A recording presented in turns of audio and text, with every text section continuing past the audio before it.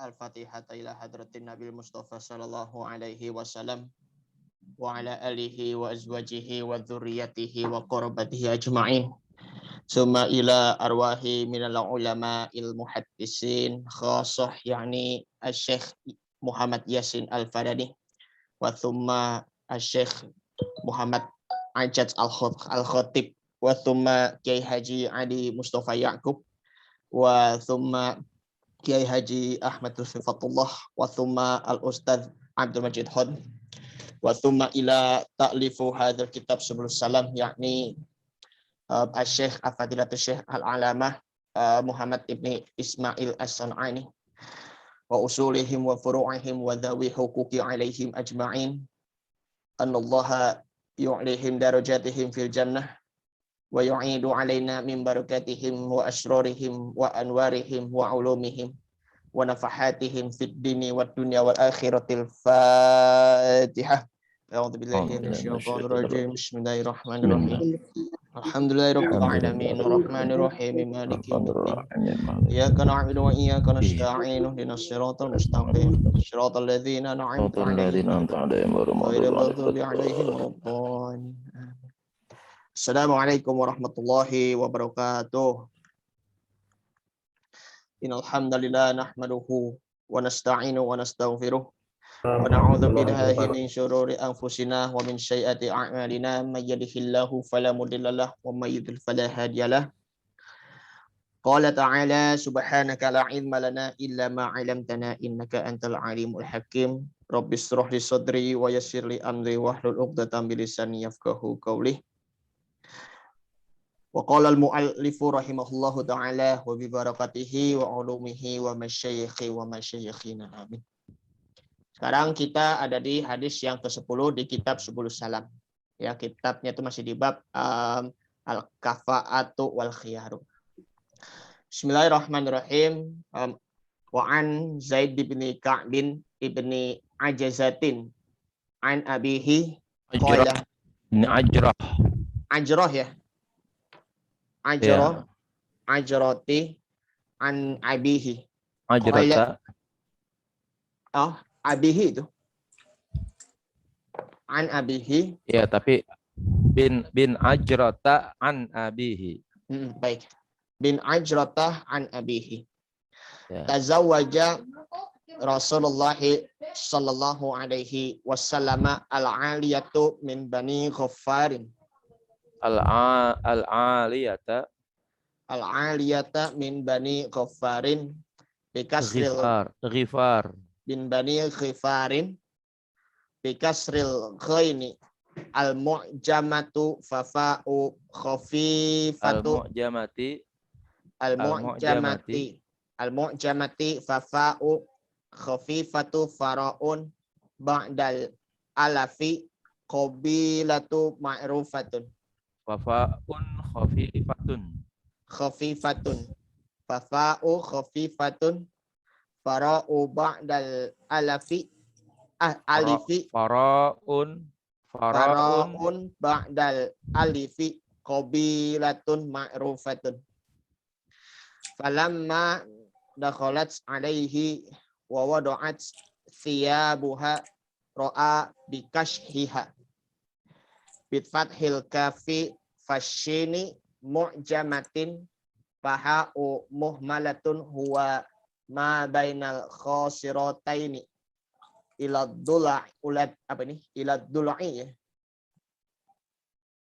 dulai kama fil qamus bayadun faqal siyabaha ya mana tadi siyabaha itu tadi qamus siyabaha mana tuh tadi sini ila dulai kama fil qamus bayadun qalal basi thiyabaka wa alhiqi bi ahlika wa amara laha bis saddaqi rawahul hakimu wa fi isnadihi Jamil bin Zaidin wa huwa majhulun wa ikhtalafa alaihi fi shaykhihi ikhtilafan katsiran ikhtilafan katsiran ikhtalafa fil hadithi an Jamili faqila anhu kama qala al-musannifu wa qila an Ibni Umar wa qila an Ka'ab bin Ajrati Alhiqi bi ahlika bi ahliki ya. Tadi bi ahliki bi ahliki ya. Ikhtilafa fil hadisi an Jamilin fa qala al-musannifu wa qila Ibnu Umar wa qila an Ka'ab bin Ajrati wa qila an Ka'ab bin Zaid wal haditsu fihi dalilun ala annal barasa munfarun wala yadullu al haditsu ala annahu yafsahu bihin nikahu sarihan lahtimalu qauluhu sallallahu alaihi wasallam.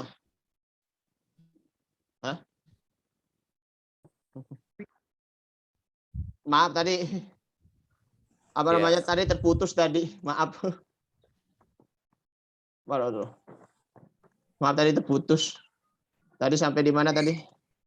Nah, sini nih. Tadi sini ya. Ala annal barasa munfarun awala yadullul hadithu ala annahu yafsahu bihin nikahu sarihan lahtimalu qauluhu sallallahu alaihi wasallam. Al-ilhaqi ya. Al-hiki bi ahlika. Annahu bi ahliki. Annahu qasada bihi talaqu illa annahu qadaruya qada bihi talaqu illa annahu qadarawa hadzal haditsu Ibnu Katsirun bilafzin annahu sallallahu alaihi wasallam tazawwaja imra'ata min bani Ghifarin falamma dakhalat alaihi ra'a bikashiha wadha faraddaha ila ahliha wa qala dalastum wadhan faraddaha ila ahliha wa qala dalastum ala fahuwa dalastum alayya fahuwa dalilun ala al-faskhi wa hadzal haditsu dzakarahu Ibnu Katsirin fi babil khiyari wa fin nikahi wa radda bil aibi wa qad ikhtalafa al-ulama wa fi faskhin nikahi bil uyubi fa dhahaba aktsarul ummatu ila thubutihi aktsaril ummati ila thubutihi wa inna ikhtalafu fit tafasili faruya an Ali wa Umar annaha la taraddan nisa'u illa la turaddun nisa'u illa min arba'in minal jununi wa judhami wal barasi wad da'i fil faruji wa isnadihi munqati'i. Ya, Taib, sampai di sini dulu ya. Silakan mungkin Muhammad Irsyad dipersilakan untuk dibaca dulu dari Waruwiyah. Waruwiyah yang siap. Nih. Warawa ya. Warawa al-Baihaqi. Warawa ya. Bismillahirrahmanirrahim. Warawa al-Baihaqi bi isnadin jayyidin an Ibni Abbasin radhiyallahu anhu arba'un la yajzanu fi bai'in wala nikahin. Mungkin lah, bukan la yuzanu kali, la yujzi'u kali. La yujzi'u. Nunnya diganti dengan hamzah. Mungkin salah tulis kali dari sana itu. La yujzi'u.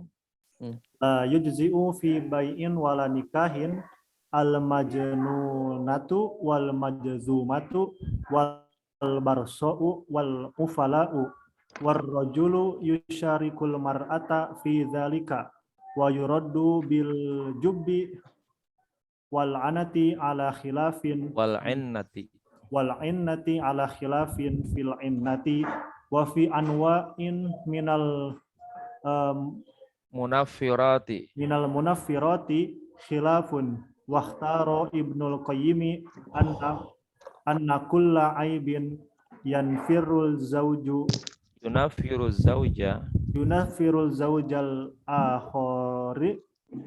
akhara yunafirul jawzal akhara minhu wa la yahillu bihi maksudun nikahi minal mawaddati warahmati yujibul khiyaru wa huwa aula minal bai'i kama anna syurutal masyrutata fin nikahi aula bil wafa'i minasyuruti fil bai'i. Qala wa man tadabbaro maqasidash syar'i fi masodirihi wa mawaridihi wa adlihi wa hikmatihi wa mashtamalat alaihi minal masolihi lam yakhaf alaihi rujhana hadal qawli wa qurbihi min qawaidi syariati wa qala wa ammal iktisaru ala ala aibaini aw salasatin aw arba'atin aw khamsatin aw sittatin aw sab'atin aw thamaniyatin duna ma huwa aula minha aw musawiha fala wajha lahu fal ama wal khursu wat tarshu wa qaunuha maqtu'atul yadaini au rijlaini au ihdahuma min a'dhamil munaffirati was-sukuti anhu min aqbahit tadlisi wal ghashi wa huwa munafun lid-dini wal itlaqi innama yansarifu ila salamati fahuwa kal masyruti urfan. Qala wa qad qala amirul mu'minina Umar bin al-Khattabi liman tazawwaja imra'atan wa huwa la yuladu lahu akhbirha annaka aqimun famadza taqulu fil uyubi alladhi hadha indaha kamalun la naqsa intaha wa dhahaba Dawudu wa Ibnu Hazmin ila annahu la yafsihun nikahu bi aibin albattata wa ka'annahu lima lam yathbutul hadithu bihi wala yaquluna bil qiyasi lam yaqulu bil fashi. Baik, Masya Allah, tabarakallah, barakallahu fikum. Baik, ini karena memang sudah jam 13.20 ya. Bapak Ibu, jamaah dan para asatizah, terima kasih atas partisipasinya. Ini alhamdulillah sudah ada 15 orang. Dan juga terima kasih Muhammad Irsyad ya atas ya kesediaannya untuk membaca kitab kuning. Semoga kita berdua akan selalu terbiasa membaca kitab gundul ya. Maka nanti mudah-mudahan ya ke depannya kita bisa mengetahui maknanya dan kita bisa mendapatkan pahalanya membaca hadis Nabi Shallallahu Alaihi Wasallam sebagaimana yang dikatakan oleh almarhum Al-Habib Ali bin Abdurrahman As-Saqaf. Baik, langsung saja. Baik, kepada Bapak Haji Helmi Yusuf kami persilahkan. Baik, terima kasih Ustaz Satria. Bismillahirrahmanirrahim. Assalamualaikum warahmatullahi wabarakatuh. Waalaikumsalam. Alhamdulillah. Wassalatu wassalamu ala Rasulillah Sayyidina Muhammad ibn Abdullah wa ala alihi wa sahbihi madaqatillah farajahullah amma ba'du. Para bapak, para ibu, sahabat, para asatizah yang kami hormati, alhamdulillah kita bersyukur pada Allah Subhanahu wa taala siang hari ini insyaallah kita semua dalam keadaan sehat walafiat. Amin ya Allah. Nikmat yang Allah berikan kita syukuri sedalam-dalamnya sehingga menjadi wasilah untuk Allah pertahankan nikmat-nikmat tersebut dan kemudian Allah tambahkan dengan nikmat-nikmat yang lainnya. Amin ya rabbal alamin. Amin ya Allah ya rabbal alamin. Salawat dan salam semoga selalu tercurahkan ke hadirat baginda Rasul sallallahu alaihi wasallam. Sebelumnya Bu Nena mohon maaf ya, Bu WA-nya belum saya jawab karena panjang bener kalau mau dijelasin tuh Bu Nena tentang kodo dan kodar. Oh, yang kodo dan kodar. Iya. Jadi sebenarnya udah dari dulu udah dapat dari Ustadz Aminullah, cuman terus aja kayaknya masih ini aja. Nggak apa-apa Ustadz. Iya. Nanti saya tulis aja dulu kalau sempat ya, nanti biar saya kirim aja. Baik Ustadz. Baik. Ini ada putra saya nih di sini nih. Ya. Nyimak juga. Namanya Tabrasi Adam. Sekarang kita akan mempelajari tentang aib ya yang ada pada suami atau istri yang kemungkinan besar bisa menjadikan dibatalkannya pernikahan ya. Apakah aib atau cacat atau apa saja pokoknya yang bisa menjadikan tidak nyamannya suami dan istri ya, sehingga layak bagi suami istri tersebut untuk melakukan fasakh terhadap nikahnya ya, begitu. Bismillahirrahmanirrahim. An Zaid bin Ka'ab bin Ajrah an abihi qala, dari Zaid bin Ka'ab bin Ajrah dari bapaknya, beliau berkata, tazawwaja Rasulullah sallallahu alaihi wasallam al-aliyata min Bani Ghifar.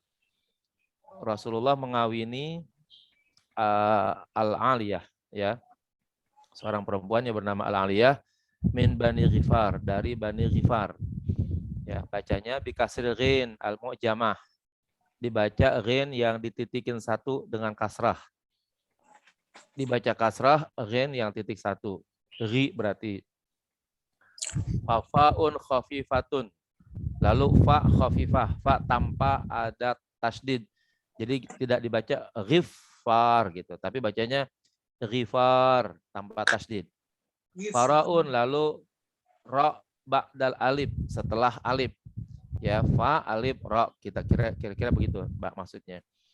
Nah, Bani Ghifar itu qabilatun ma'rufah, ya, satu qabilah yang sudah dikenal.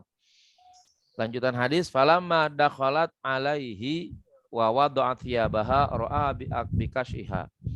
Tatkala Aliyah masuk bersama Rasulullah kepada Rasulullah, wa wada'at thiyabaha, dan ia melepaskan pakaiannya, ra'a bikashiha, Rasulullah melihat ya daerah punggungnya, di fathil kaf fashin, dibaca dengan kaf, dibaca fathah kaf ka, fashin mu'jamah, lalu shin yang bertitik lalu shin yang bertitik, fahaun mu'malah, lalu ha yang tanpa titik. Kalau mu'jamah bertitik, mu'malah tanpa titik. Wa huwa ma bainal khasiraini ila dila, ya. Kashhun itu terletak antara lambung dan tulang rusuk. Ya, lambung dan tulang rusuk. Mana tuh jadinya? Antara al-khasiratain itu dua sisi lambung, kiri dan kanan, dan tulang rusuk. Kama fil qamus, sebagaimana yang ada di dalam qamus. Apa yang Rasul lihat?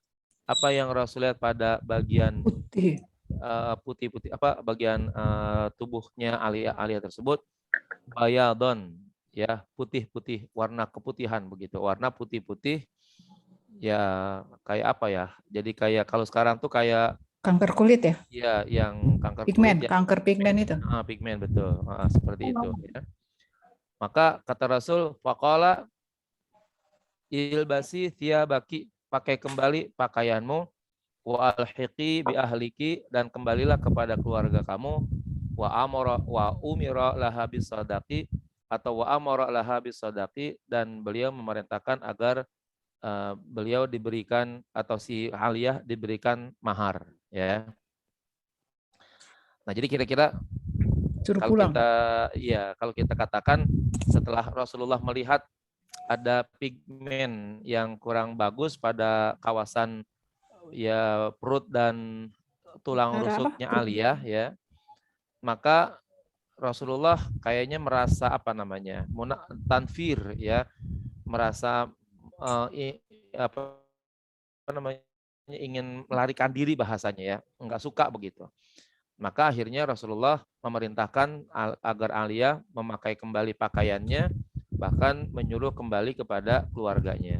Tapi mungkin karena Aliyah sudah istilahnya mungkin memperlihatkan auratnya di hadapan Rasulullah karena sudah menjadi istrinya, maka Rasulullah tetap ya menyuruh supaya sadaqnya, mas kawinnya itu tetap diambil, ya, tetap dikasih si Aliyah, diberikan, ya, enggak diminta, enggak ditarik kembali. Padahal kalau mau dilihat Rasulullah belum berhubungan badan dengan si Aliyah, ya. Namun mungkin Rasulullah melihatnya si Aliyah sudah ya melepas pakaiannya berarti sudah menghalalkan tubuhnya untuk dilihat oleh Rasulullah, kira-kira begitu. Sudah memperkenankan tubuhnya dilihat oleh Rasulullah. Tetapi ketika Rasulullah melihat ada pigmen putih pada bagian tubuhnya dan itu ada pada bagian yang sangat penting gitu, sehingga seolah-olah ya entah menjadikannya jijik atau menjadikannya takut atau menjadikannya menghindar begitu. Nah, maka Rasulullah memerintahkan supaya Aliyah memakai kembali pakaiannya, kemudian menyuruhnya kembali kepada keluarganya dan tidak perlu mengembalikan ya, tidak perlu memulangkan atau mengembalikan mas kawin sekalipun belum berhubungan sama sekali gitu ya. Nah, itu kira-kira seperti itu. Nah, apa nih penjelasannya kira-kira ya? Rawahul Hakim, riwayat Imam Al-Hakim, wa fi isnadihi Jamil bin Zaid. Pada isnadnya, pada sanadnya itu terdapat Zaid bin Jamil, namun wa huwa majhulun. Sementara Zaid bin Jamil itu tidak dikenal, ya. Waktu lifa alaihi fi syaikhihi ihtilafan katsiran. Bahkan diperselisihkan di dalam kalangan guru-gurunya dengan perselisihan yang banyak sekali, ya. Jadi Jamil bin Zaid ini orang yang katanya nggak dikenal dalam periwayatan hadis, ya. Ikhtalafa fil hadis an Jamil, diperselisihkan dalam hadis dari Jamil, faqila anhu, maka dikatakan dari Jamil, maqala musannifu, sebagaimana dikatakan oleh pengarang. Waqila an Ibnu Umar, dikatakan juga dari Ibnu Umar. Waqila an Ka'ab bin Ajrah, dikatakan juga dari Ka'ab bin Ajrah. Waqila an Ka'ab bin Zaid, dikatakan juga dari Ka'ab bin Zaid, ya. Itu sanad-sanad hadis tuh ya. Jadi banyak orang yang meriwayatkannya, tetapi memang untuk Jamil bin Zaid itu katanya ada perselisihan di kalangan ahlul hadis, ya, terutama kalau ditanya siapa guru-guru hadisnya dari Jamil tersebut, ya, Jamil bin Zaid. Jadi memang kalau dalam hal kasus hadis memang agak tegas ya para ulama hadis, sehingga seseorang itu dipertanyakan ya sanad gurunya siapa begitu. Ya, ini penting sekali karena dari seseorang kepada guru berikutnya itu akan menjadi persambungan sanad, ya, persambungan sanad antara satu orang kepada orang berikut yang di atasnya yang akhirnya sampai kepada Rasulullah. Nah, kalau seandainya antara satu orang perawi kepada perawi berikutnya itu memang sanadnya bersambung, guru-gurunya dikenal, kan berarti kan guru itu kan adalah orang yang kemudian bersambungan sanadnya sampai kepada Rasulullah. Nah, ini menjadikan hadis tersebut berkualitas tinggi. Tapi kalau seandainya seseorang gurunya aja nggak dikenal, belajar kepada siapa, ya, nah maka sangat memungkinkan hadis tersebut diperselisihkan keberadaannya, ya. Nah, maka ada orang yang bernama Jamil bin Zaid ini katanya diperselisihkan siapa gurunya dan siapa dirinya karena dia termasuk katanya majhul katanya, ya, tidak dikenal di kalangan ahlul hadis. Terus wal hadis fihi dalilun ala annal baras munafirun, ya. Hadis ini menjadi dalil bahwa penyakit baros, penyakit belang, ya, baros itu yang sebut kalau kita sih bilangnya pigmen kalau gitu ya. Itu munafirun, ya, menjadikan orang tuh asalnya sih melarikan diri gitu. Jadi kalau ada orang terkena baros, ada orang terkena belang, maka orang pada umumnya menghindar itu munafir. Hah? Ya saya nggak tahu dah, saya juga belum memastikan baros itu menular atau tidak, tapi bukan menularnya kali, tapi memang Geli. Ya lepra kali ya, lepra ya. Gelinya. Bukan, yang kanker kulit, yang kulitnya ada putih-putihnya itu jadi kelihatan putihnya gitu, pigmennya hilang. Ya, jadi warna kulitnya tuh enggak seluruh tangannya sama, tapi ada warna putih-putihnya begitu, ya. Bayadun tuh di situ katanya, ya. Terus wala yadulul hadis ala annahu yufsahu bihin nikah shorihan. Dan hadis ini tidak menjadikan dalil bahwa sesungguhnya nikah itu difasah gara-gara penyakit baros tadi, ya, secara tegas, ya. Jadi Jadi hadis ini sekalipun Rasulullah memulangkan aliyah, tapi tidak bisa dijadikan dalil bahwa orang yang terkena penyakit belang tadi itu otomatis nikahnya diputuskan begitu, nikahnya difasah, ya. Itu nggak bisa jadi dalil katanya. Kenapa? Lihtimali qaulihi sallallahu alaihi wasallam al-hiqi bi ahliki. Karena ada kemungkinan makna bermacam-macam pada ungkapan Rasulullah ketika ia berkata al-hiqi bi ahliki. Kembalilah kamu kepada keluarga kamu. Ya. Annahu qasada bihi talaqa, bahwa yang demikian ungkapan tersebut Rasulullah bermaksud untuk menceraikannya. Illa annahu qadru ya hadal hadis, ya Ibnu Katsir, hanya saja bahwa telah diriwayatkan hadis ini oleh Ibnu Katsir bilafsi dengan ungkapan annahu sallallahu alaihi wasallam tazawwaja mur'atan min Bani Ghifar, bahwa Rasulullah mengawini perempuan dari Bani Ghifar. Falamma dakhalat alaihi, tatkala ia masuk, perempuan tersebut masuk, ra'a bi kashiha, ya Rasul melihat di bagian perutnya, ya gitu, kawasan perutnya, wadhan, ya wadhan itu bayadon, warna putih-putih. Faraddaha ila ahliha, lalu Rasulullah mengembalikan kepada keluarganya. Waqala, dan beliau berkata, dallastum alayya, ya kalian menipu saya. Nah kalau gitu fahuwa dalil ala fasih. Kalau ini katanya bisa menjadi dalil atas fasahnya nikah. Wahadal hadis, dan hadis ini dzakara Ibnu Katsir fi babil khiyar fin nikah, ya dijelaskan oleh Ibnu Katsir pada bab khiyar di dalam nikah. Warraddu bil aibi, dan mengembalikan seseorang dengan aib, ya karena adanya aib. Nah, jadi para Bapak Ibu sekalian, sahabat yang mulia, pada dasarnya sih hadis ini mendekati kesamaan, ya, mendekati kesamaan. Karena orangnya kemungkinan besar sama, karena ini dilihat dari adanya suku yang sama, yaitu dari Bani Ghifar. Periwayatannya beda yang dari Ibnu Katsir karena tidak menyebut nama, ya. Kalau di atas hadis itu menyebutkan namanya Al-Aliyah. Kalau riwayat Ibnu Katsir itu tidak meriwayatkan nama, hanya menyebutnya imra'atan. Tapi kasusnya sama, ya. Di mana pas perempuan tersebut berada di kamar Rasulullah, kira-kira begitu, melepas pakaiannya, nampak tuh di bagian kawasan antara lambungnya, ya, dengan tulang dadanya, kira-kira begitu. Oh, di dada. Nah itu nampak, ya nampak putih-putih yang menunjukkan ia terkena penyakit, ya apa namanya tadi, pigmen, ya. Nah di situ, pigmen. ya kanker pigmen. Maka di situ menjadikan Rasulullah merasa, ya apa namanya, entah jijik entah apa begitu, sehingga akhirnya Rasulullah mengembalikannya kepada keluarganya. Nah kata-kata Rasulullah mengembalikan kepada keluarga pada sebagian ahlul hadis ini dijadikan sebagai dasar. Yang pertama katanya sebagai bentuk pengembalian perempuan kepada keluarganya, sebagai bentuk dia adalah memfasakh atau mencerai istrinya. Ya, tapi kata al-hiqi, katanya al-hiqi bi ahliki, itu tidaklah kata yang sharih gitu, ya. Bukan kata yang sharih untuk cerai. Ya. Nyuruh pulang, kira-kira begitu. Ya. Nah, kalau nyuruh pulang apakah cerai? Nah, belum tentu, ya. Nah, para alim ulama itu menyatakan tidak dapat mengatakan bahwa nyuruhnya Rasulullah untuk kembali kepada keluarga bagi aliyah tersebut itu tidak bermakna itu sebuah cerai.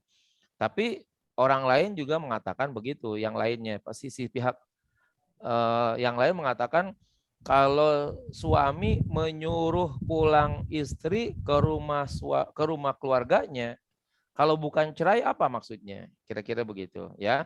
Maka dengan demikian arti daripada al-hiqi bi ahliki itu menurut bagian ulama yang kedua menyatakan ini adalah bagian daripada cerai, disebabkan karena ada sesuatu yang dianggap menjadikan tidak nyamannya Rasulullah bersama, ya perempuan yang bernama Aliyah tersebut gitu, ya. Nah, kemudian fahuwa dalilun alal fashi, ya. Ini menjadi dalil atas adanya fasahnya nikah. Wa hadzal hadits dzakar Ibnu Katsir fi babil khiyar fi nikah warad bil aibi, ya.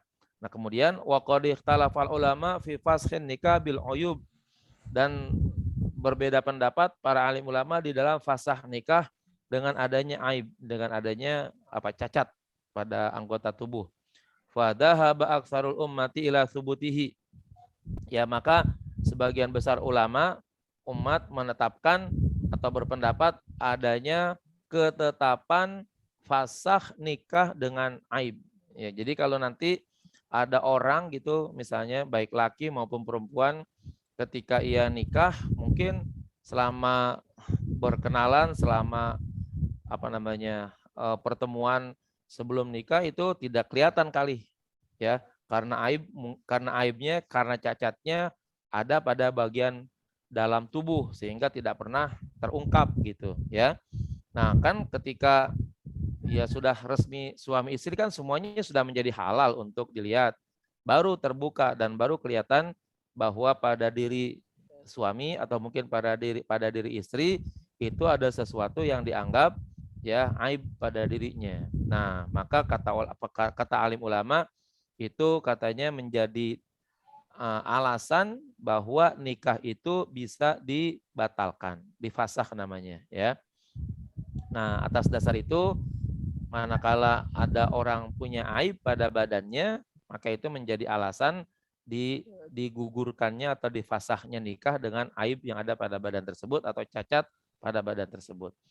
Wa ini ikhtalafu fit tafasili, sekalipun para alim ulama berselisih pendapat pada rinciannya. Jadi sebagian besar ulama menetapkan adanya aib pada tubuh itu menjadi alasan dibolehkannya fasah nikah, dibolehkan batalnya pernikahan. Tapi rinciannya yang jadi berbeda. Ya, sekali lagi secara umum aib pada tubuh, cacat pada tubuh itu menjadi dasar pernikahan itu menjadi fasah. Tapi cacat yang bagaimana nih? Itu kira-kira cacat apa yang menjadi bisa orang tersebut untuk memfasah nikahnya? Apakah sekedar misalnya kan ada kayak pano kali begitu ya. Pano itu kan bukan berarti apa tadi itu kayak pigmen tadi itu begitu ya kan. Memang si putih-putih juga, tapi dia kan hanya jamur saja. Apakah itu masuk juga gitu misalnya ya. Nah, lalu akhirnya ada periwayatan lain, faruya an Ali wa Umar, diriwayatkan dari Ali dan Umar, annahala turaddun nisa illa min arba'in, bahwa tidak boleh perempuan itu dikembalikan kepada keluarganya kecuali kalau ada 4 perkara. Minal junun wal judam wal baras wadda fil faraj. Ya. Di antaranya adalah gila, ya. Judam, baras, itu lepra dan kanker kulit tadi itu. Wadda fil faraj, dan penyakit yang ada pada bagian kemaluan. Nah, ini 4 perkara ini yang diperbolehkan seorang suami mengembalikan istri kepada keluarga untuk memfasah nikahnya. Sebaliknya begitu juga, manakala pada diri suami ada gila, ya, ada lepra, ada penyakit belang, ada pigmen tadi itu, dan juga ada sakit ya pada kemaluannya, si istri juga boleh mengembalikan si suami kepada keluarganya, karena penyakit gila, penyakit juzam, penyakit baros, atau penyakit apa saja yang ada pada kemaluan itu adalah sesuatu yang amat sangat fatal dalam hubungan suami dan istri, begitu, dalam hubungannya sebagai suami dan istri. Wa isnaduhu munqati. Cuma sanadnya itu dianggap terputus. Warawal Baihaqi, dan Imam Baihaqi meriwayatkan bisnadin jaidin, dengan isnad yang bagus, an Ibnu Abbas radhiyallahu anhu, diriwayatkan dari Ibnu Abbas semoga Allah meridainya, arbaun la yujzi'u fi bai'in wala nikahin, ya. Ada 4 perkara yang tidak dianggap sah, tidak dianggap mencukupi di dalam jual beli dan juga di dalam pernikahan. Al-majnunah, ya, gila, wal majudumah tadi jazam, ya, lepra, wal barsa dan kanker kulit, wal afla. Wal afla, Iya. ya, wal afla itu penyakit pada bagian kelamin. Nah, warrajul yusyarikul mar'ata fi dalika. Lelaki itu sama dengan perempuan dalam hal itu. Artinya begini, kalau yang sakit perempuan, maka suami itu bisa mengembalikan perempuan tersebut kepada keluarganya untuk kemudian memisahkan atau memutuskan perkawinannya. Sebaliknya begitu juga, manakala si perempuan sehat itu waras, tiba-tiba menemukan laki-lakinya gila gitu, ya, laki-lakinya gila, ya udah pulangin, pasah nikahnya, ya, ngapain dapat laki-laki gila gitu misalnya. Demikian juga penyakit juzam, penyakit baras, penyakit afla, ya, atau ya penyakit kelamin. Nah, itu semuanya adalah hal-hal yang memang tidak menjadikan nyamannya berdekatan dengan orang-orang yang punya penyakit sedemikian itu. Ya, kita paling tidak merasa jijik, merasa tidak tidak nyaman bersama orang-orang yang seperti itu gitu, sehingga tidak ada ketenangan jiwa, mungkin ketenangan hati ketika sedang bersama dengan orang-orang yang punya penyakit gila, penyakit lepra, penyakit kanker kulit, apalagi penyakit kelamin gitu misalnya. Wa yuraddu bil jabbi wal innati ala khilafin, ya. Dan dikembalikan juga kalau laki-laki tuh selain empat tadi itu laki-laki dikembalikan lagi kalau aljub, ya, laki-laki yang kemaluannya putus, ya. Jadi dari kelengkapan kemaluannya itu ternyata laki-laki itu terpotong kemaluannya, ya. Saya nggak tahu ya ada apa enggak orang yang kemaluannya terpotong itu hidup atau tidaknya begitu, ya. Tapi kalau mungkin dari kejadian alaminya kayak begitu, ya mungkin bisa kali. Tapi kalau seandainya seseorang yang dalam kondisi dari awal ada, kemudian dipotong begitu, ya saya nggak tahu apakah masih bisa bertahan atau tidak begitu. Wal onnah atau al-ennah, ya, itu penyakit impoten, ya, kemaluannya lengkap, tapi ya tidak bisa bangun begitu bagi laki-laki. Nah, ini tambahan lagi tuh, jadi kalau bagi laki-laki selain gila, jazam, baras, penyakit kelamin, nah putus, ada kemaluannya putus, ya, atau impoten. Kalau aljub dan al-ennah atau al-onnah mungkin bukan penyakit kelamin, ya, bukan penyakit kelamin. Artinya itu daerah kelaminnya tidak banyak, tidak ada sesuatu gitu.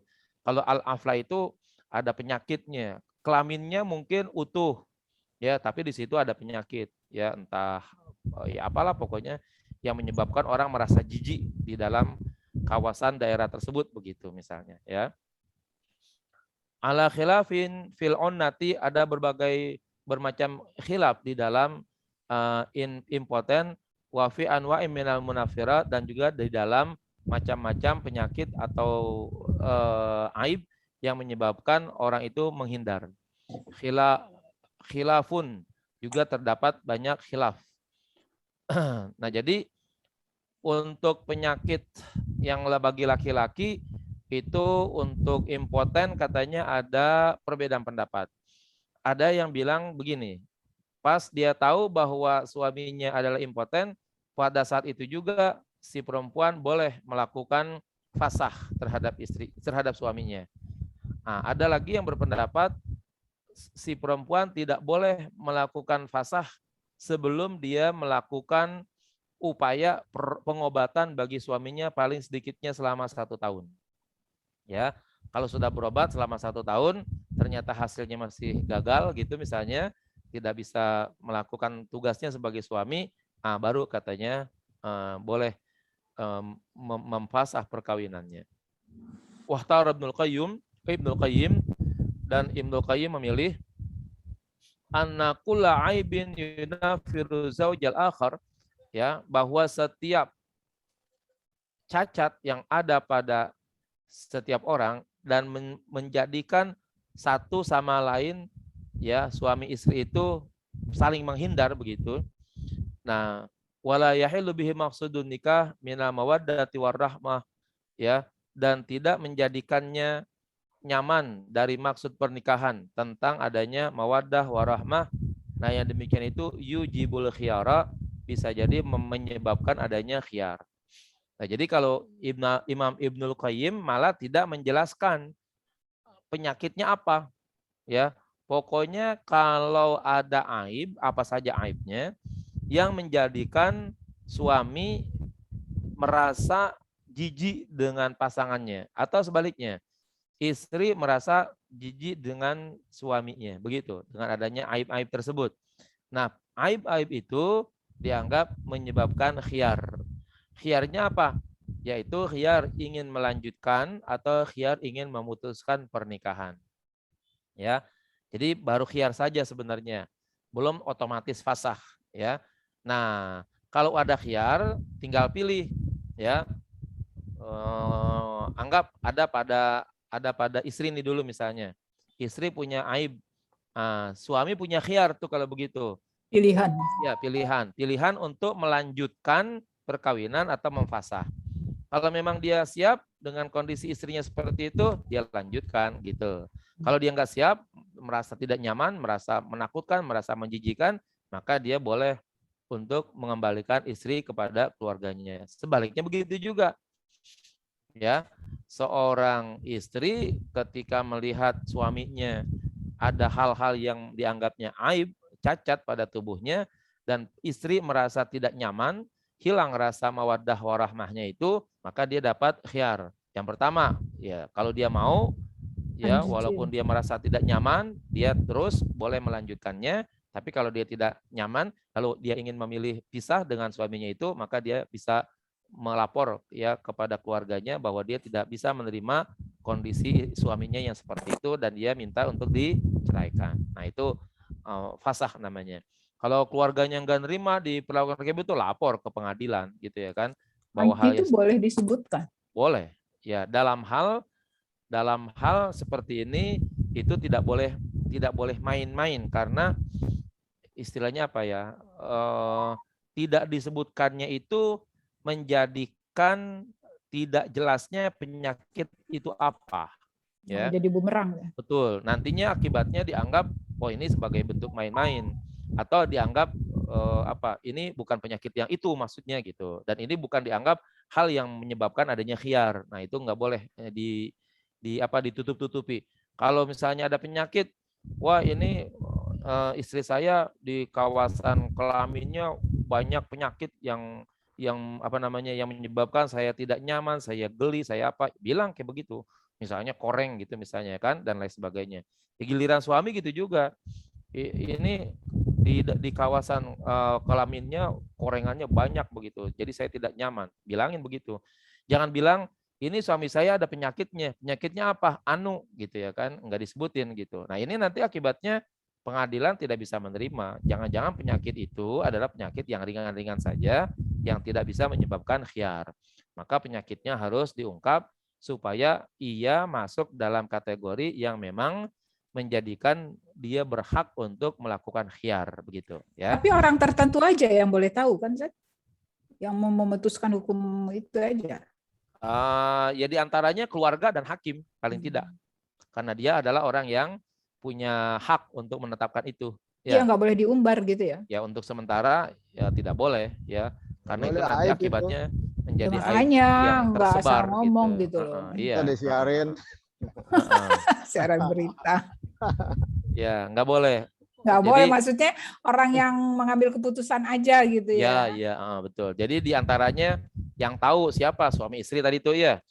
Terus keluarganya gitu ya, terus hakim gitu kan. Ya. Jika memungkinkan, dokter juga bisa.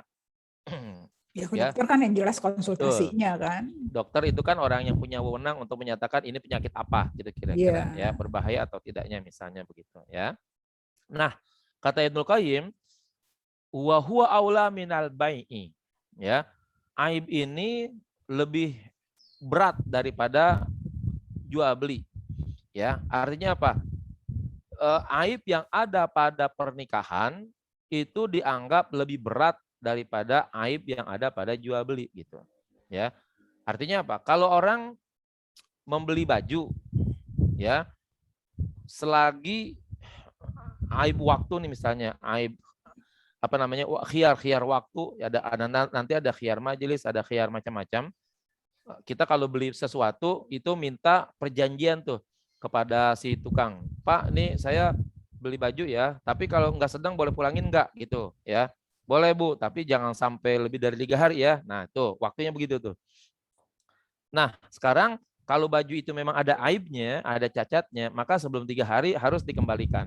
Nah sekarang aib di dalam jual beli baju itu lebih ringan kira-kira dibanding dengan aib yang ada di dalam proses pernikahan gitu ya. Karena aib baju kan bisa gampang didandanin, gampang digunting kembali, gampang diapain lah pokoknya. Tapi kalau aib pada orang itu kan nggak secepat yang kita mau tiba-tiba berubah begitu ya kan. Nah, nggak bisa tuh seperti itu. Yang gampang lah misalnya badannya sih utuh tapi ternyata di dalam wilayah kemaluannya itu dekat daerah kelaminnya banyak korengnya begitu. Apakah koreng tersebut, borok tersebut dalam waktu singkat sehari 2 hari Sembuh minum gitu. obat bisa sembuh? Kan nggak mungkin, ya kan? Tapi kalau kita beli baju gampang. Kalau bajunya kegedean gunting aja ya kan gitu, di tukang gunting di tukang jahit juga bisa itu diselesaikan dalam waktu singkat bisa. Tapi buat manusia kan nggak bisa begitu, ya kan? Nah maka aib yang ada pada pernikahan itu jauh lebih utama atau lebih berat daripada aib yang ada pada jual beli.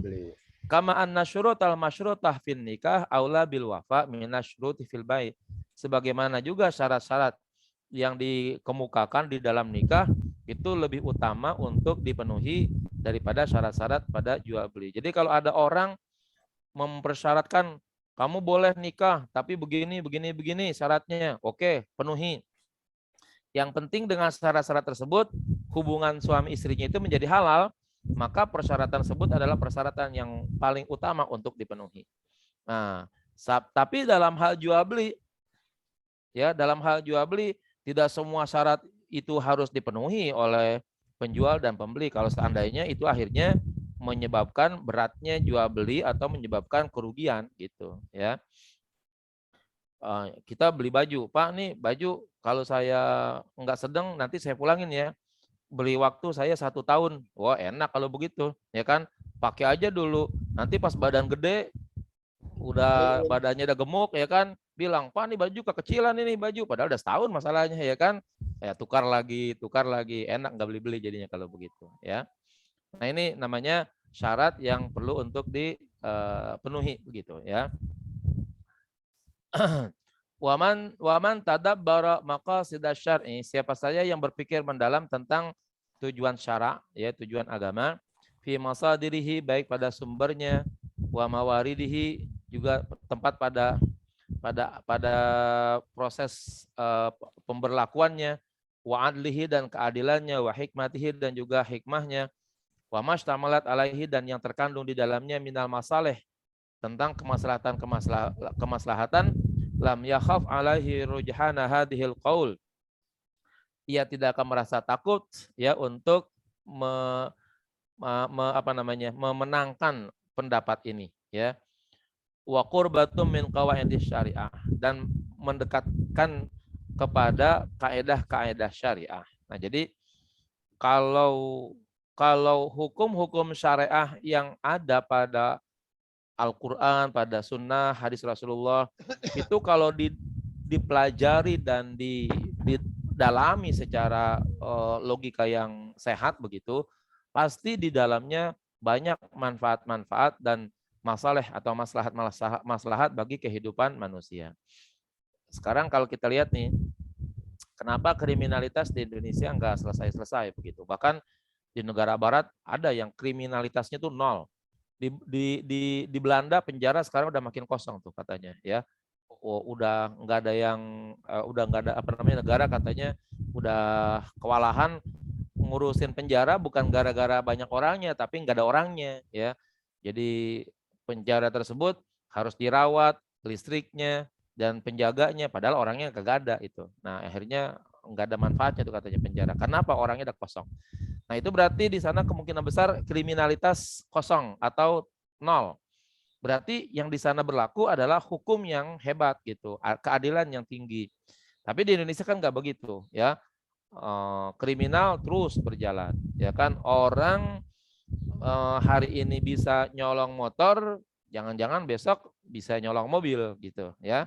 Kenapa? Karena di penjara dia makin pinter, karena di dalam penjara dia bisa belajar bersama maling-maling yang lainnya untuk bisa nyolong lebih pinter lagi, kira-kira begitu. Dan di sisi lain hukumannya tidak menjadikan orang jera gitu ya. Mencuri motor itu kan udah yang paling murah ada sekarang, motor Vespa kali begitu. Itu aja udah lebih dari 5 juta kali sekarang itu ya. Itu harga 5 juta udah menjadikan orang mencuri harga 5 juta itu sudah harus potong tangan ya. Nah, apalagi kalau motor-motor yang bagus-bagus, yang mahal-mahal, yang baru dan lain sebagainya, itu sesungguhnya udah lebih berhak untuk diadakan potong tangan. Nah, tapi kenyataannya kan di Indonesia tidak ya. Maka akibatnya maling hari ini pasti masuk penjara, maka keluar dari penjara dia pasti lebih pintar lagi ya. Kenapa? Bisa jadi dia belajar dengan sesama maling begitu. Nah, inilah karena di Indonesia tidak menggunakan syariat Islam sebagai hukuman bagi pelaku kejahatan. Coba kalau seandainya maling dipotong tangannya, selesai sudah. Ya, hari ini maling bisa nyolong motor, besok-besok udah kagak bisa nyolong lagi, susah. Ya, tangan yang buntung harus bawa motor gitu misalnya. Ya, sulit sekali begitu. Wa amal ikhtisar ala aibaini aw salata aw arba'a aw khamsa aw sita aw sab'a aw saman ya. Dunna ma huwa aula minha ya. Adapun membatasi pada 2 aib, 3 atau 4 atau 5 atau 6 atau 7 atau 8 bahkan lebih daripada itu ya, au masawihi atau yang setaraf dengan itu, fala wajhalahu, maka itu tidak ada sisi alasannya. Artinya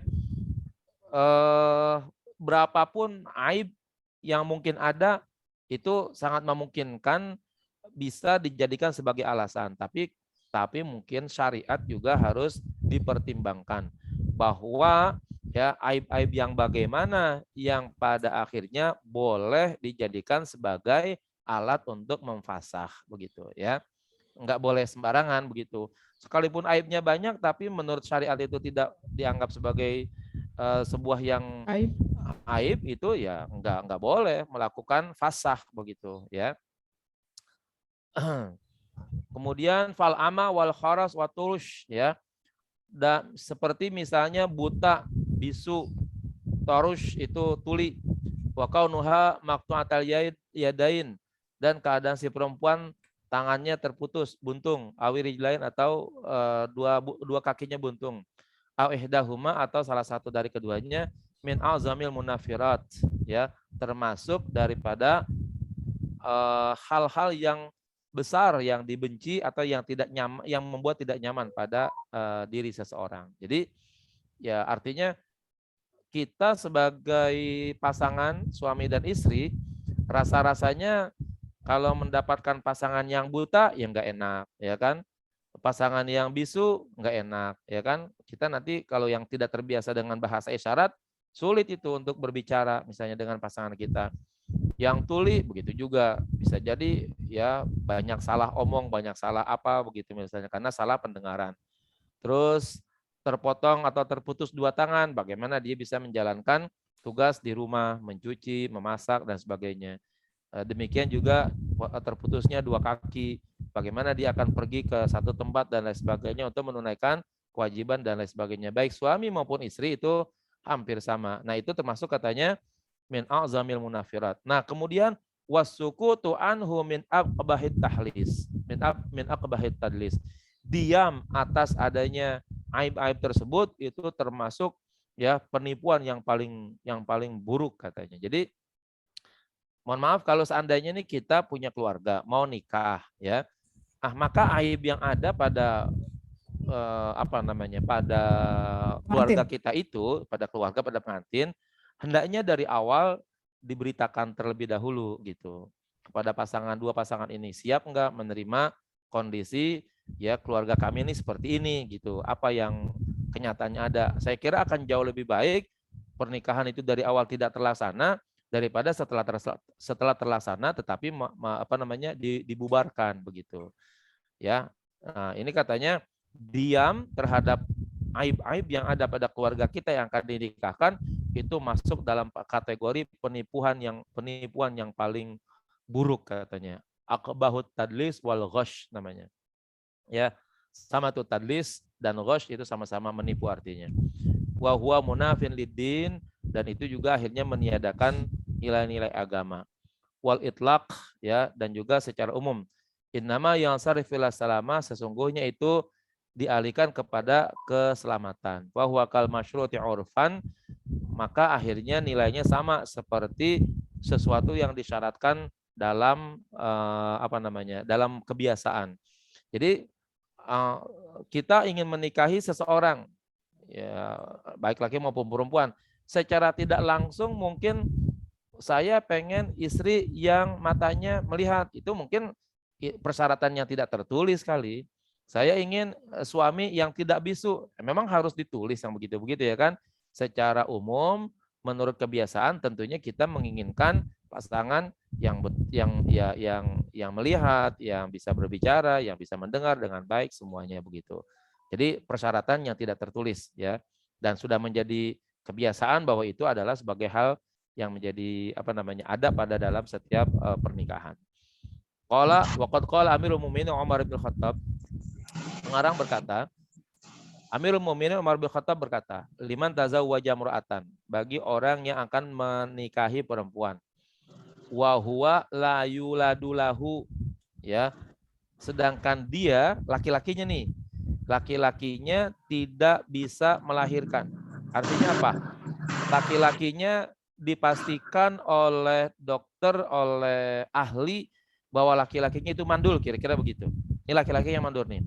Maka kata Umar, akhbirha, ya, kabarkan, beritahukan kepada si perempuan yang kamu nikahi, annaka aqimun, bahwa kamu adalah orang yang mandul, tuh begitu. Jadi kalau, mohon maaf, saya ambil contoh pada diri saya. Kalau saya mau nikah, ya, saya tahu tuh diri saya mendapatkan informasi setelah saya berobat misalnya oleh dokter menyatakan saya mandul. Nah, maka kata Umar bin Khattab, kasih tahu perempuan yang akan kamu nikahi bahwa kamu adalah mandul. Mau nggak tuh perempuan terima saya mandul? Ya, kalau seandainya si perempuan tersebut dari awal mau menerima saya bahwa saya mandul, ya laksanakan.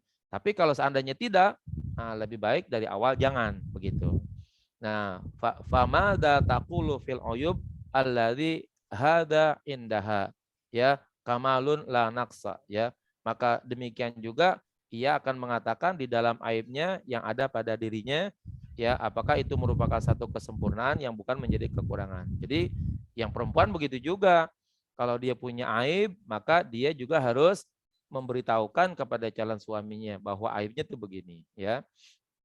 Ya, saya punya teman begitu tuh, ya, dari awal dari keluarganya calon istrinya tuh sudah dikatakan itu katanya sudah tidak mungkin melahirkan katanya, ya. Ya, tapi karena teman saya yang laki-laki itu sudah merasa cinta begitu sama pacarnya, ya, sudah dikasih tahu bahwa dia tidak akan melahirkan, tapi dia siap nerimanya, ya akhirnya nikah juga. Ya sudah sekian lama memang udah dipastikan mandul, ya akhirnya sampai sekarang memang nggak punya anak jadinya begitu, ya. Tapi karena memang dari awal si calon suaminya itu siap menerima, ya udah akhirnya pernikahannya berjalan terus sampai sekarang. Tidak jadi masalah karena memang sudah diberitahukan dari awal. Keluarga perempuannya ngasih tahu, ya. Keluarga perempuannya ngasih tahu, ini anak saya, ya, dari sekian-sekian katanya ada peristiwa demikian-demikian. Oleh dokter dia dinyatakan tidak bisa melahirkan. Nah, itu kamu siap nggak menerima yang demikian? Nah, katanya siap, ya kan? Ya udah akhirnya nikah dan sampai sekarang ya belum punya anak karena memang sudah dinyatakan mandul dari awal dan itu diberitakan, ya, udah disampaikan kepada calon suaminya dari awal. Ya, sudah menjadi suami istri ya udah tahulah bahwa dia memang tidak bakalan punya anak, kira-kira begitu. Wa dhahaba Daud wa Ibnu Hazm ila annahu la yusakhun nikah bi aibin albattata. Daud Az-Zahiri dan Ibnu Hazm itu berpendapat bahwa tidak boleh memfasah nikah dengan aib apapun sama sekali. Ya, jadi Daud Az-Zahiri dan Ibnu Hazm ini juga termasuk pendiri mazhab juga menyatakan aib apapun yang ada pada orang kalau memang dia tahu kali begitu, nah itu tidak bisa menjadikan nikahnya difasah. Ya artinya bertanggung jawab, terus harus siap menerima suami istri itu dengan aibnya begitu. Wa ka'annahu lam yathbut al hadis bihi, ya, seolah-olah bagi keduanya ini hadis itu tidak pasti, tidak tetap bagi mereka. Wala yaquluna bil qiyas lam yaqulu bil fakhs, ya. Dan mereka tidak mengatakan adanya qiyas pada sesuatu yang tidak ada fasahnya, ya. Jadi kalau ada permasalahan yang memang katanya tidak bisa difasah, ya tidak bisa disamakan dengan yang lainnya untuk dijadikan dasar untuk dijadikan aib-aib itu sebagai alat untuk memfasah pernikahan, ya. Nah, kesimpulannya beginilah para bapak dan ibu sekalian. Jika kita, ya mungkin anak-anak kita kali ya, anak-anak kita akan melaksanakan pernikahan begitu misalnya, maka dari keluarga, ya dari keluarga, sebagaimana Rasulullah katakan, ya tolong keluarga memperhatikan dan melihat dulu gitu, ya melihat dulu kondisi pasangan, ya kondisi pasangan dari calon suami istri itu. Jadi dari pihak laki-laki misalnya ngutuslah ya orang perempuan itu mempertanyakan kepada keluarga itu kira-kira anak ini ada aibnya atau tidak, ada cacatnya atau tidak gitu misalnya.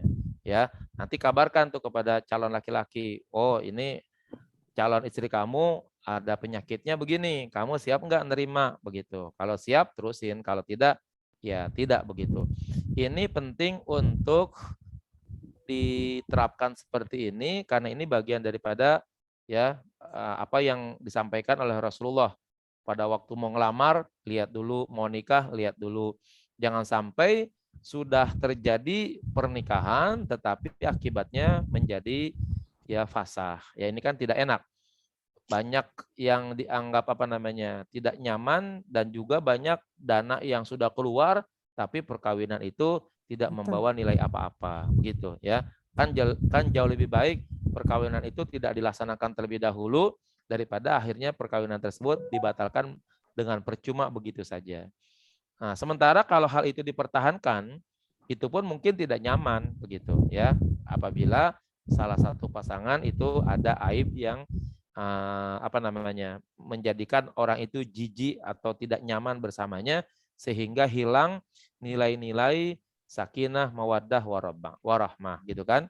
Nah, pada akibat berikutnya yang makin panjang, mohon maaf nih, apabila ada aib pada diri perempuan dan itu dilanjutkan misalnya pernikahannya, itu kelihatannya akan membuka pintu ya perselingkuhan lah kalau kasarnya.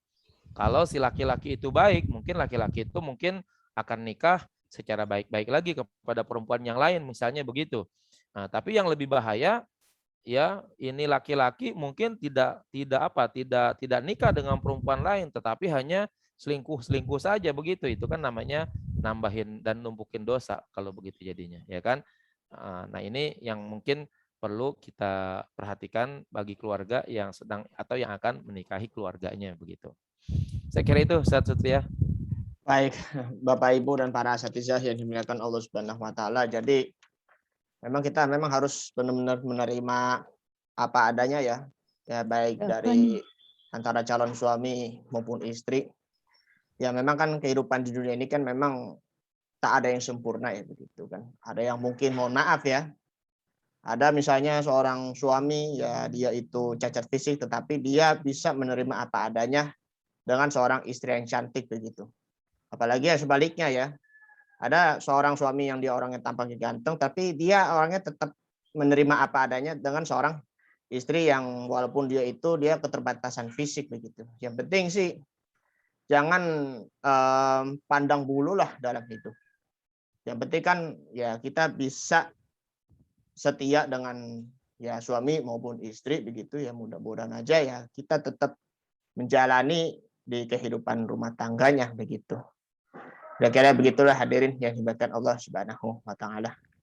Baik, sampai di sini ada yang ingin ditanyakan dulu? Mungkin sudah buka mic-nya. Bu Nur Hayati Mustafa, Assalamualaikum. Bu Nur Hayati, Assalamualaikum. Atau enggak mungkin yang dari ya, mungkin Bu Nur Hayati dipersilakan untuk bertanya kalau berkenan. Oh, ini suaranya lagi batuk-batuk. Ya saya itu dulu ya, menyimak dulu ya. Oh ya, enggak apa-apa. Iya, lagi batuk terus. Oke, Ya, terima baik. kasih yang kita Baik, lagi baik. mempelajari. Ya, baik. Baik, Bu. Terima kasih ya, insya Allah sebentar di ini dulu. Baik, Oke, Bu ya. makasih. Syukron. Afwan. Silakan Pak Dahlan. Syukron. Luar biasa penjelasannya. Jadi ini saya ini Islam adalah solusi ya. Luar biasa, jadi sampai perkara yang aib seperti ini juga dijelaskan ya kepada kita. Makanya tadi termasuk masalah ya kemaslahatan ya kalau diterapkan ini. Tapi rata-ratanya kita ini saat ini kebanyakan ya mungkin belum tahu perkara-perkara seperti ini karena mungkin tidak dapat informasi yang jelas ya terkait dengan hukum syara ini, syariat Islam. Jadi sebenarnya saya mau tanya, tadi ternyata akhirnya sudah jelaskan. Mestinya kan sebelum kita mau melakukan suatu akad pernikahan atau apa memang harus ada tadi kejelasan terkait dari tadi aib-aib dari pihak wanita maupun pihak pria. Mesti harus diketahui sebelum kita menikah sehingga nanti tidak terjadi hal-hal yang tadi sebagaimana disebutkan tadi ya mengenai ketidaknyamanan itu ya. Yeah. Apakah ini ketidaknyamanan ini ada bagian daripada hukum ilat gitu ya, masuk ilat gitu sebab sehingga bisa menimbul bisa menghasilkan fasa menimbulkan fasa. Ya. Apakah ini merupakan ilat gitu ya? Mungkin saya kurang terlalu mengenai usul fikih gitu ya. Yeah. Bisa dijelaskan biar saya punya penguatan lah gitu ya. Kayak itu. Baik. Jadi ya. Itu yang saya. Baik, terima kasih Pak Dahlan. Jadi segala sesuatu yang Islam ajarkan itu pada dasarnya adalah memberikan nilai yang terbaik bagi nilai-nilai kemanusiaan. Ya, tidak ditujukan untuk ya merusak atau memperdalam aib-aib orang lain. Nah, kemudian apakah alasan-alasan atau aib-aib ini kemudian bisa menjadi ilat ya terhadap segala masalah. Nah, nanti mungkin bisa dilihat dari berbagai macam kasus ya. Tidak selalu hal-hal yang mungkin remeh-temeh kali begitu dianggap kemudian menjadi sebuah ilat untuk ditetapkannya satu permasalahan ya. Memang yang namanya hukum itu diberlakukan ya sesuai dengan ilatnya. Al hukmu yaduru ma'al illati wujudan wa adaman. Ya. Hukum itu bisa diterapkan berdasarkan ilatnya, apakah ada atau tidak. Nah, kalau ada ilatnya, maka hukum berlaku. Kalau tidak ada ilatnya, maka hukum tidak berlaku. Nah, segala sesuatu sangat memungkinkan ilat itu menjadi dasar atau sumber hukum untuk ditetapkan sebuah hukum. Yang paling gampang kalau kita ambil contoh misalnya minuman keras tuh ya. Alasan utama diharamkannya minuman keras misalnya itu adalah punya potensi memabukkan. Ya, punya potensi memabukkan.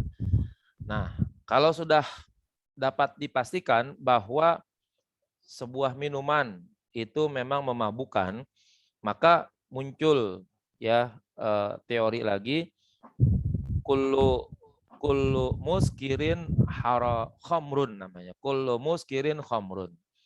Setiap yang punya potensi memabukkan masuk dalam kategori khamr. Wa kullu khamrin haramun. dan setiap khamar itu dapat dipastikan haram. Jadi apa saja dah pokoknya yang mempunyai potensi memabukkan itu secara global dikategorikan sebagai khamar. Dan kalau udah masuk dalam kategori khamar, maka hukumnya adalah haram. Nah, sekarang bagaimana kalau minum banyak memabukkan, minum sedikit tidak? Nah, keluar teori lagi dalam usul fikih. Ma'askara kathiruhu faqaliluhu haramun. Minuman khamar yang apabila banyaknya bisa memabukkan, maka mencicipi dalam jumlah sedikit itu hukumnya haram. Ya. Nah, misalnya orang akan mabuk nih kalau dia minum 1 gelas. Nah, maka mencicipi 1 sendok teh khamar atau segala macam minuman keras dengan berbagai macam merek dan namanya, itu hukumnya adalah haram. Haramnya itu namanya disebut dengan sadduz zari'ah. Ya, sadduz zari'ah itu menutup jalan supaya jangan orang berketerusan gitu.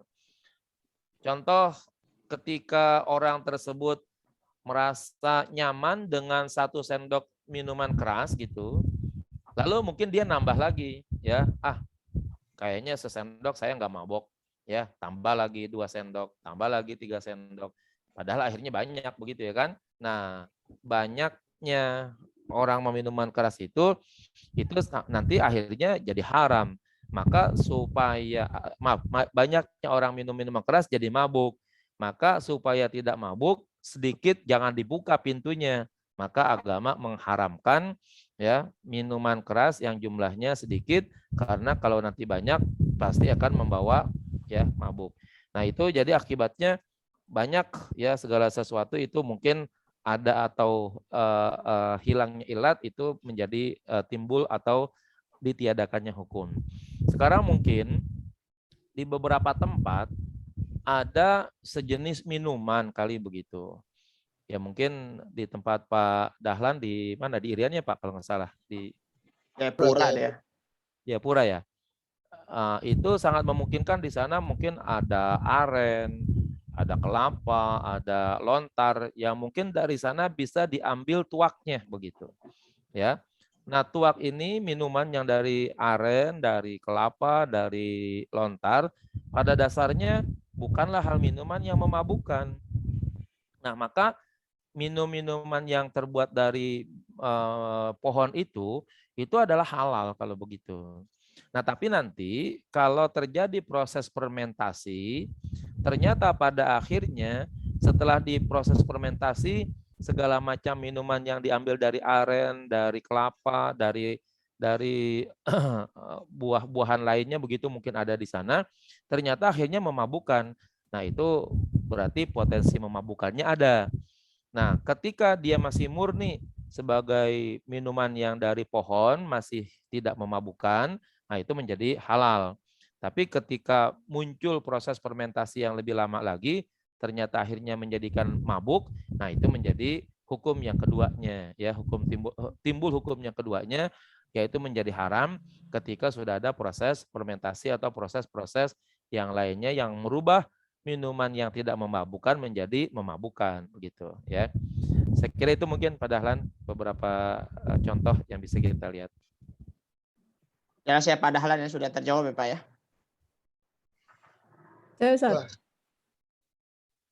Jelas baik ya. Ya, silakan Bu Fauzi. Silakan Bu Fauzi ya. Terkait penyakit tadi, Ustaz. Ya. Terkait penyakit tadi itu.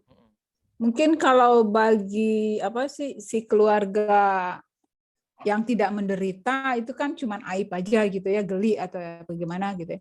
Tapi bagi si penderita kan itu suatu penderitaan banget gitu loh. Betul.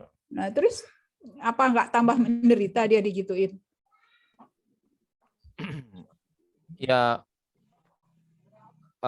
apakah juga nanti tidak lebih menderita ketika sudah menjadi suami istri, ya, lalu kemudian tidak diperlakukan sebagai suami istri yang bisa menimbulkan rasa sakinah, mawaddah, warahmah. Itu juga akan menyakitkan lagi kalau begitu, Bu. Ya, jadi sebelum terlanjur ya, sebelum Tambah sakit terlanjur gitu berarti. nyebur atau bertambah sakit kali begitu, ya lebih baik dari awal itu dijadikan apa namanya dicegat terlebih dahulu daripada nanti akibatnya juga nimbul atau menyebabkan adanya kerusakan yang lebih buruk lagi. Ya, misalnya begini, si Fulanah A gitu misalnya, ya dinikahi tanpa ada pemberitahuan dari pihak keluarga bahwa dia punya penyakit gitu, punya cacat. Kemudian akhirnya pas suaminya tahu bahwa dia punya cacat, dalam waktu ya ukuran hitungan hari gitu. Ya, hitungan hari itu sudah dicerai oleh suaminya, ya, oleh suaminya. Itu nggak pakai berusaha buat memperbaiki, mengobati dulu gitu, nggak pakai proses begitu, langsung deh gitu. Tadi kan Nabi memperlakukannya kayak begitu, ya.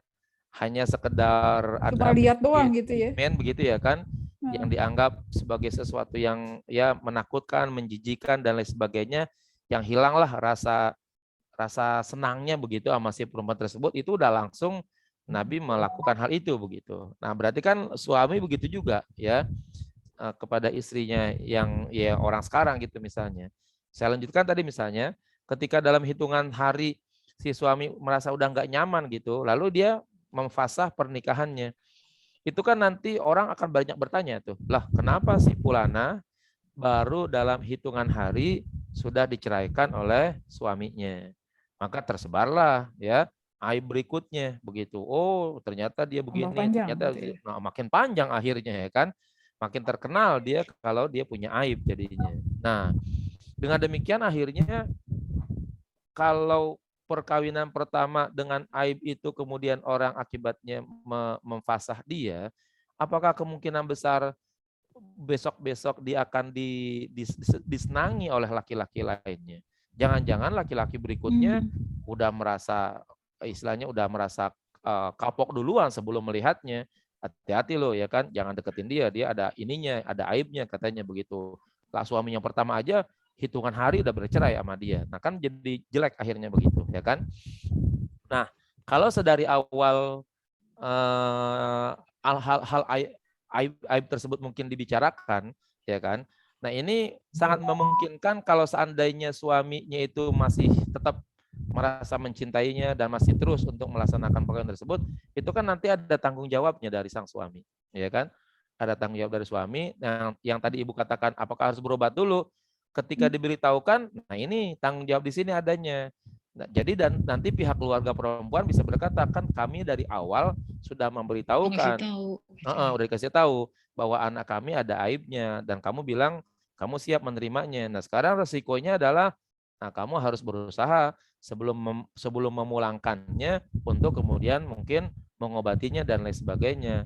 Ya, kalau seandainya memang tidak mampu untuk menyembuhkannya, barulah kemudian dikembalikan begitu. Tapi kalau udah tahu tiba-tiba dikembalikan atau tidak tiba-tiba diceraikan saja, itu kan kesalahan berikutnya dari pihak laki-lakinya kalau begitu, ya kan?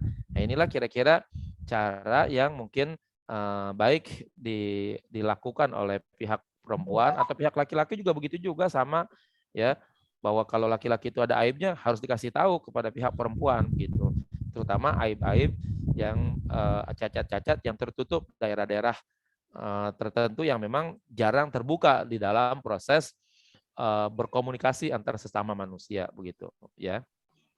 Saya kira itu Bu Fauzia. Saya mau tanya memang apa ada istilah magic gitu ya? Sihir maksudnya? Apa sih sihir apa sih maksudnya? Santet gitu? Ya gitu. Memang bisa ya? Ya ada lah. Enggak, maksudnya di Al-Quran banyak ceritanya kan. Di zaman Nabi Sulaiman udah terjadi yang demikian itu, santet sihir.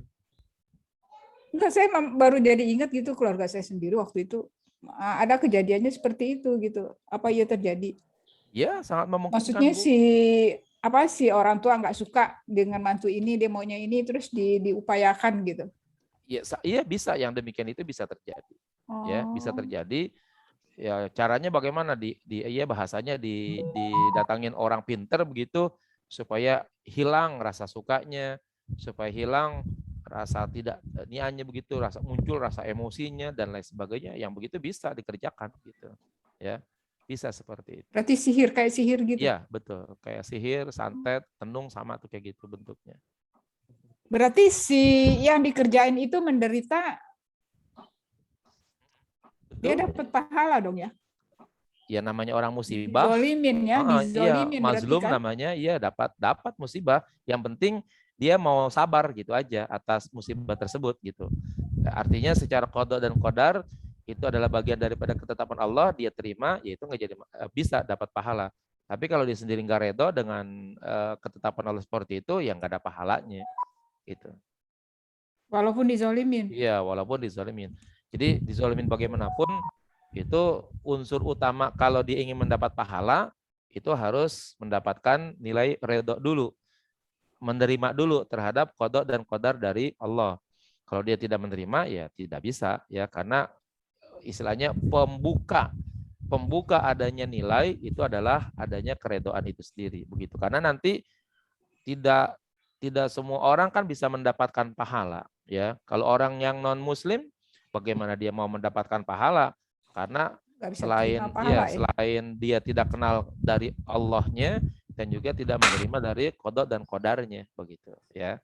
Maka menerima ikhlas dengan qada dan qadar itu menjadi pembuka pintu pahalanya. Jangan jangan ngedumel gitu misalnya, nggak suka atau apa sajalah yang menyebabkan dia itu tidak menerima ketentuan dari Allah Subhanahu wa taala seperti itu.